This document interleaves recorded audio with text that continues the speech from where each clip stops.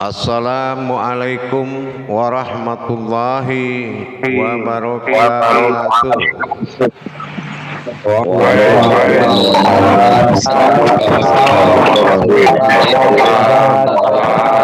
wabarakatuh. Ya. Alhamdulillah. Alhamdulillahirabbil alamin. Assalatu wassalamu ala asrafil anbiya'i wal mursalin Sayyidina wa maulana Muhammadin.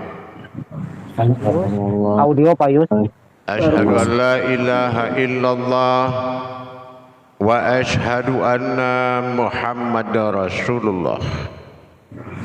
Allahumma sholli ala Sayyidina Muhammad Muhammadun musabihil wal ikram ya wal jalil wal ikram.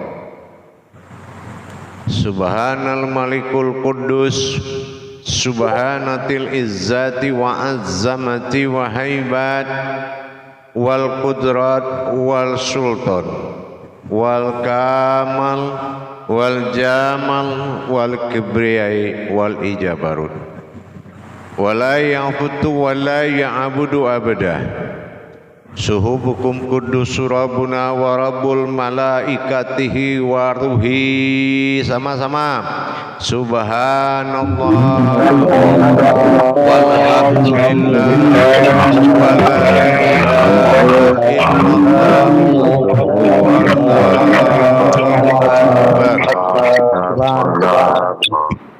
wa tahirin wal mujahidina amma ba'du ibadullah wa ittaqullah. Alhamdulillah, puji syukur kita kehadirat Allah Subhanahu wa taala atas limpahan karunia rahmah dan hidayahnya, serta dengan izin dan ridhonya juga kita dapat menjalankan amanahnya, beramal dan beribadah zahir batin dunia dan akhirat. Tidak akan pernah terlupakan, marilah sama-sama kita sampaikan puji dan salam kita kehadirat Allah Subhanahu wa taala dengan salaya syarafil nabiyun Muhammadun Rasulullah sallallahu alaihi wasallam dengan mengkalamkan Allahumma sholli ala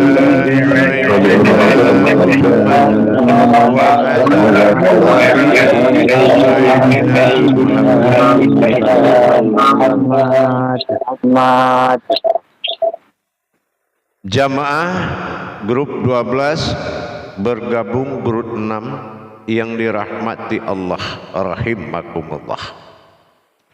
Di dalam kita menjalankan penyempurnaan kodrat diri kita menjadi sebuah wujud bagi Allah yang kita hindarkan bersekutu baginya dengan segala kesempurnaan. Menyempurnakan kodrat Allah pada diri sudah pasti kita menyempurnakan dari persekutuan dengan hadirnya prasangka sebagai kemanusiaan di dalam berwujud kepada Allah.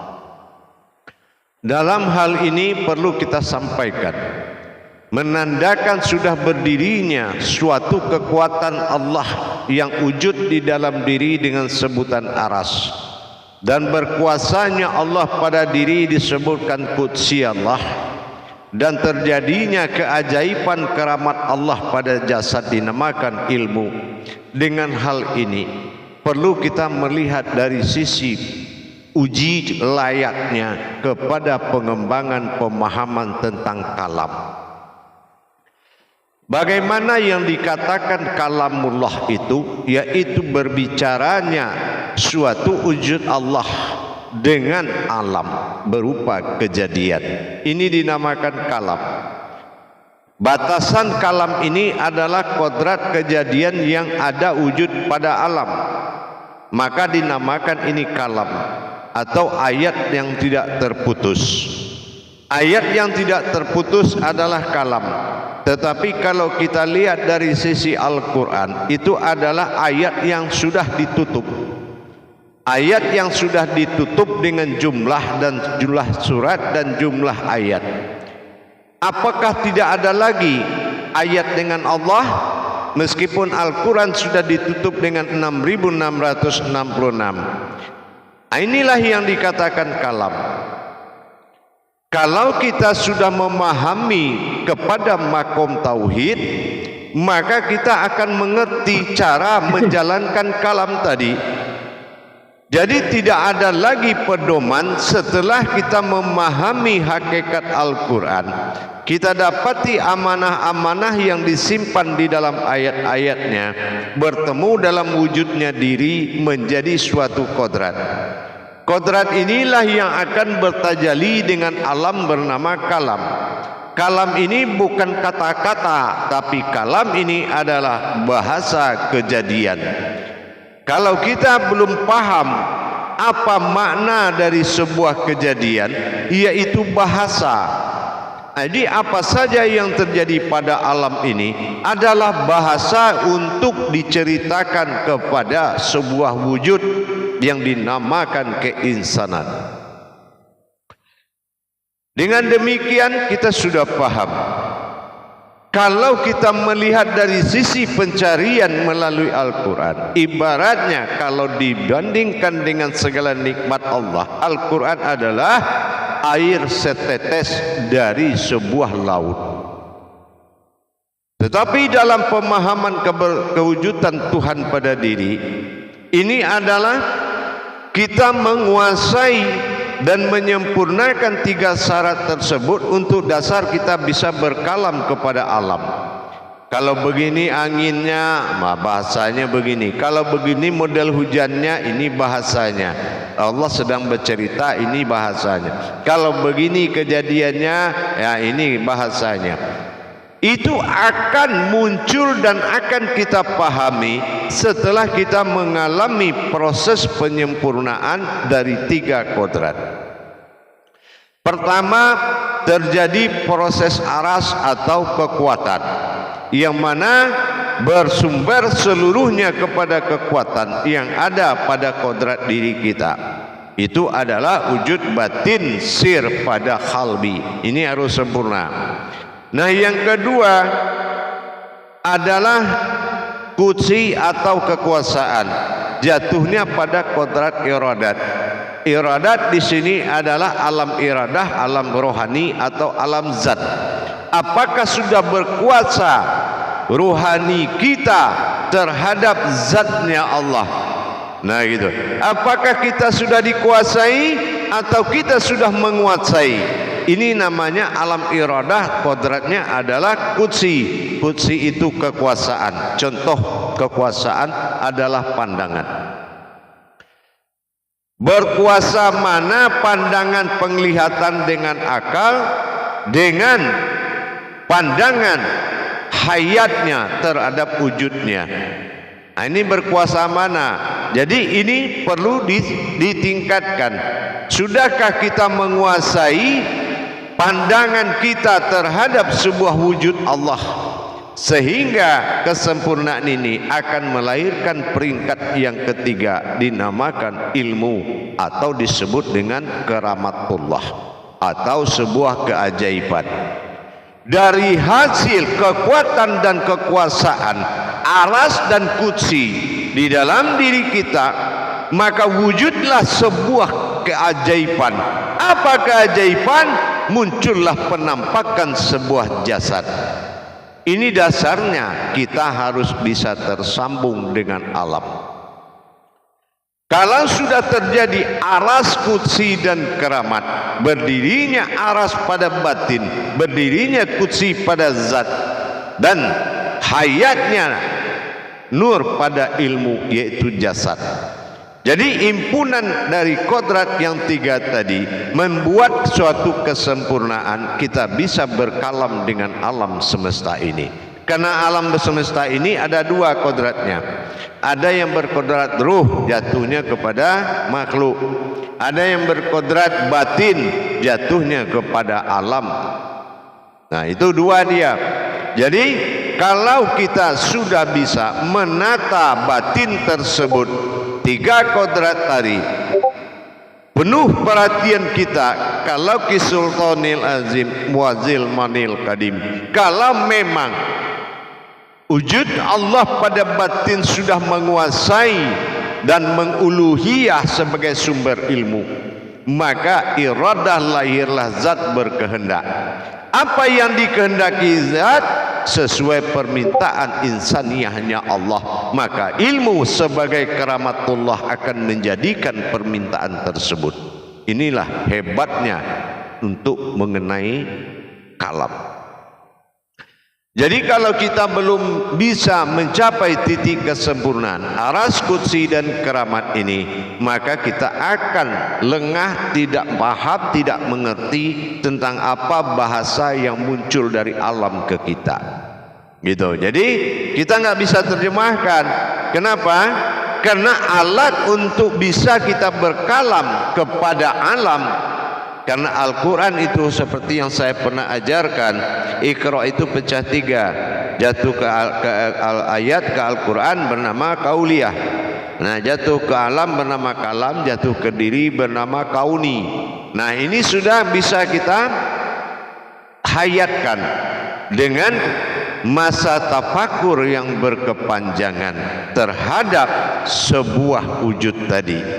Kalau kita sudah memang menjadi hayat kodratnya Allah dan iradatnya pegangan Muhammad pada zat dan ilmu pegangan maujud adalah Adam. Kalau semuanya ini sudah menjadi suatu wujud yang nyata, maka tidak perlu lagi memahami dan mengkaji sebelum dia menjadi tubuh. Kalau semua sudah menjadi tubuh, berarti tidak perlu lagi menjadi suatu amalan dan mengamalkan yang bersifat pecah tubuh tadi. Kenapa? Karena dia telah menzohir kepada Allah.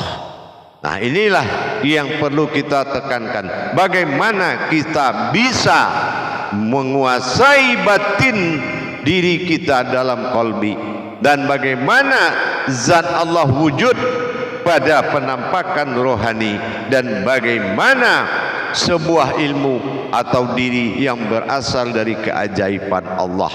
Nah kalau sudah begitu kesadaran kita, maka kita sudah bisa mendapatkan ilmu berkomunikasi dengan berkalam dengan semua alam. Tapi kalau yang 3 ini belum nyata di diri kita, karena menyempurnakannya itu dengan pandangan, bukan ada ayat penyempurna. Nah, bagaimana kita melihat arasnya Allah bernama kodrat? Nah, mana aras Allah, mana kodrat Allah tadi?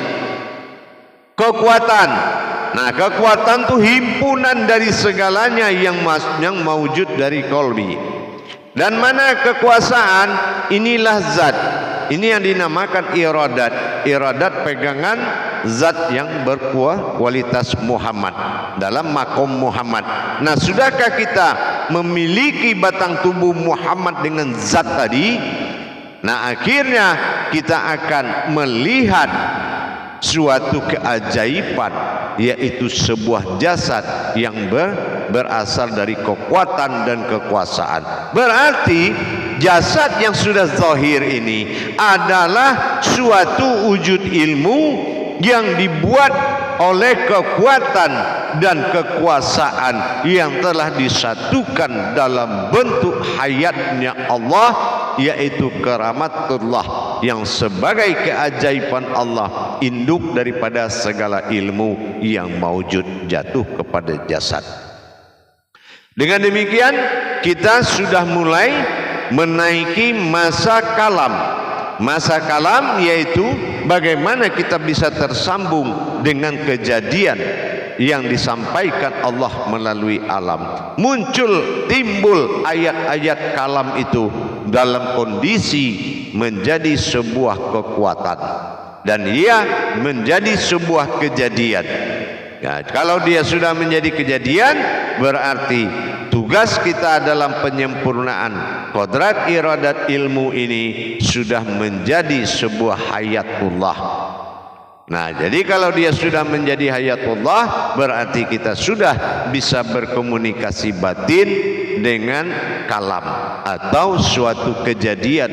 Jadi kalau kita belum paham ada kejadian terus kita dimintain suatu petunjuk dari orang, terus kita belum paham menceritakan. Kenapa?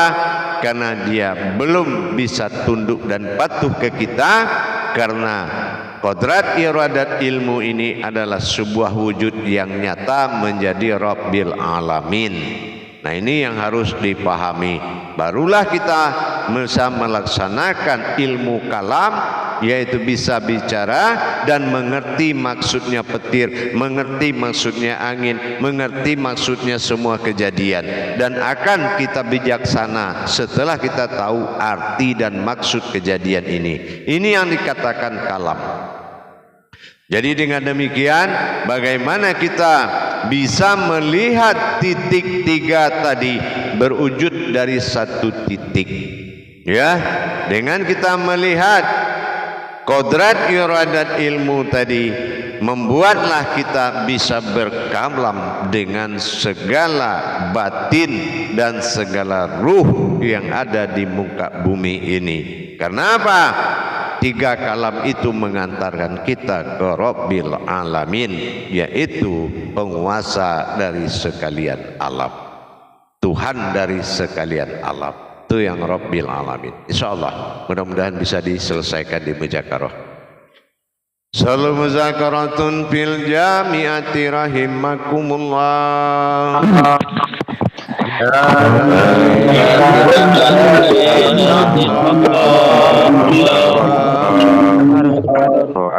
Silakan juru tablik memandu jamaahnya. Alhamdulillah. Assalamualaikum warahmatullahi wabarakatuh. Waalaikumsalam warahmatullahi wabarakatuh. Semoga senantiasa Buya sehat selalu adanya. Amin, insyaallah. Selanjutnya bagi para jemaah sekalian, yang mana tadi telah mendengarkan tausiah Buya, dan yang akan bertanya tentang tausiah tadi dipersilakan untuk mengangkat tangannya, dan untuk yang tidak mengangkat agar mematikan audionya masing-masing dipersilakan, Pak.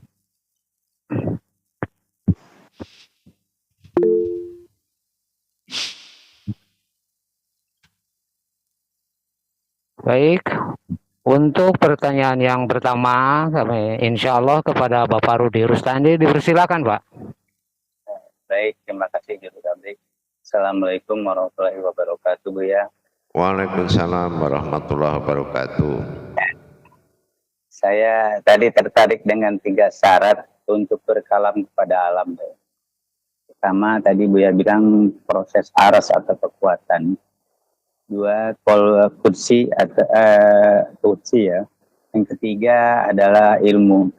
Itu mohon ini lagi Bu ya, penjelasannya Bu ya, yang lebih ini lagi, lebih luas lagi tentang cara penerapan Bu. Ya. Warahmatullahi wabarakatuh. Waalaikumsalam warahmatullahi wabarakatuh. Satu kehidupan dalam 3 pandangan tadi, kita akan bisa mendapatkan kekuatan. Memang sudahkah batin kita yang berwujud nyawa ini kuat? Sudahkah kalam ini menguasai? Karena dari batin itulah munculnya sebuah kauni dan kauni ini akan berkalam.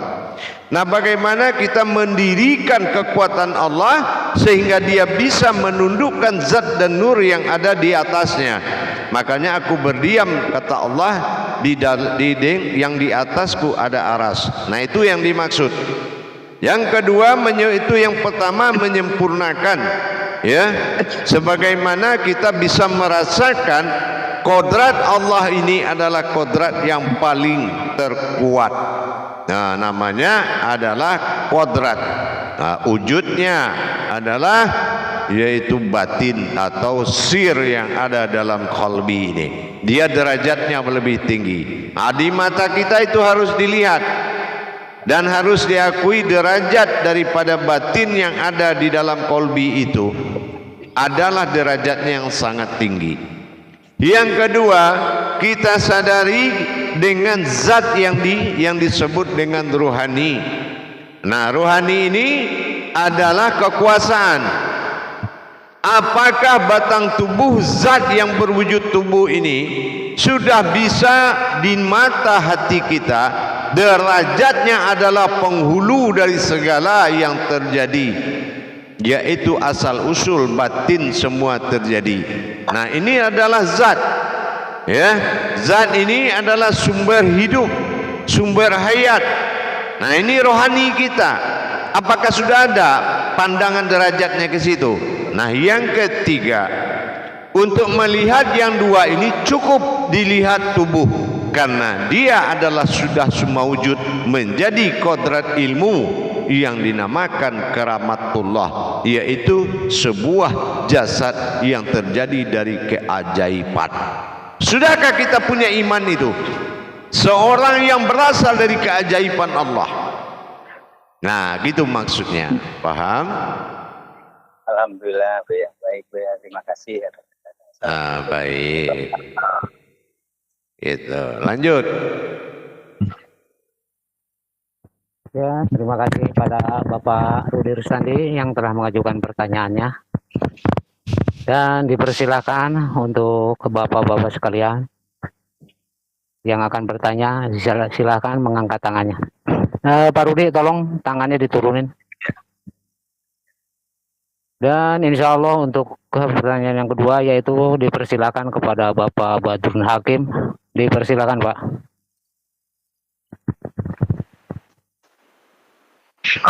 Terima kasih, Pak Andi. Assalamualaikum warahmatullahi wabarakatuh, ya. Waalaikumsalam warahmatullahi wabarakatuh. Sehat selalu, insya Allah. Amin, insya Allah. Mudah-mudahan sehat. Mohon petunjuk di sini, Bu, ya. Untuk korelasi ini dengan kejadian itu setelah mewujudnya yang tiga ini aras kursi ilmu. Untuk selanjutnya mohon petunjuk, Bu, ya.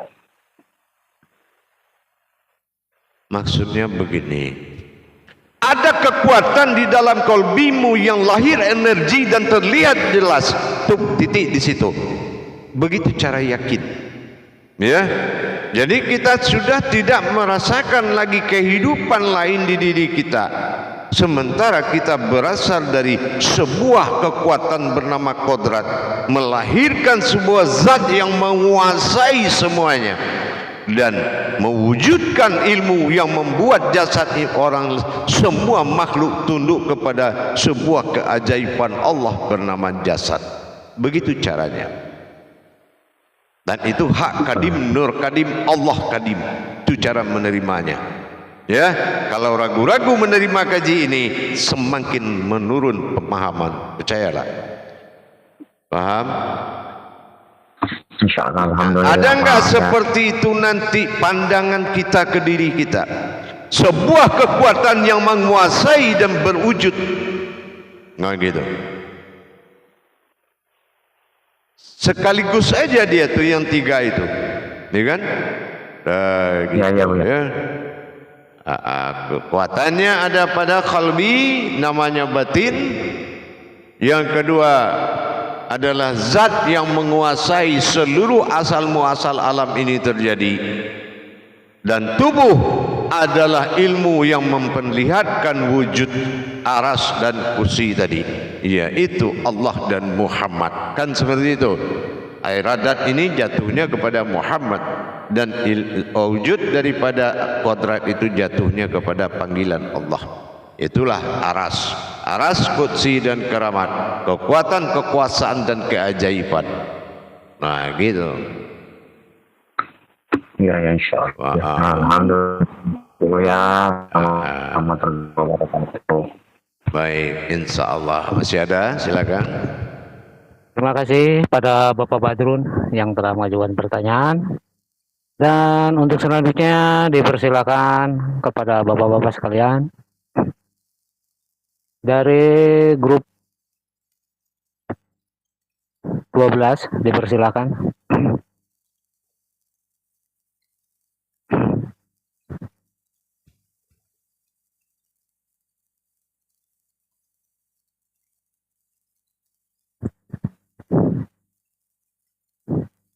Baik, jamaah saya kembali 10 menit lagi. Assalamualaikum warahmatullahi wabarakatuh.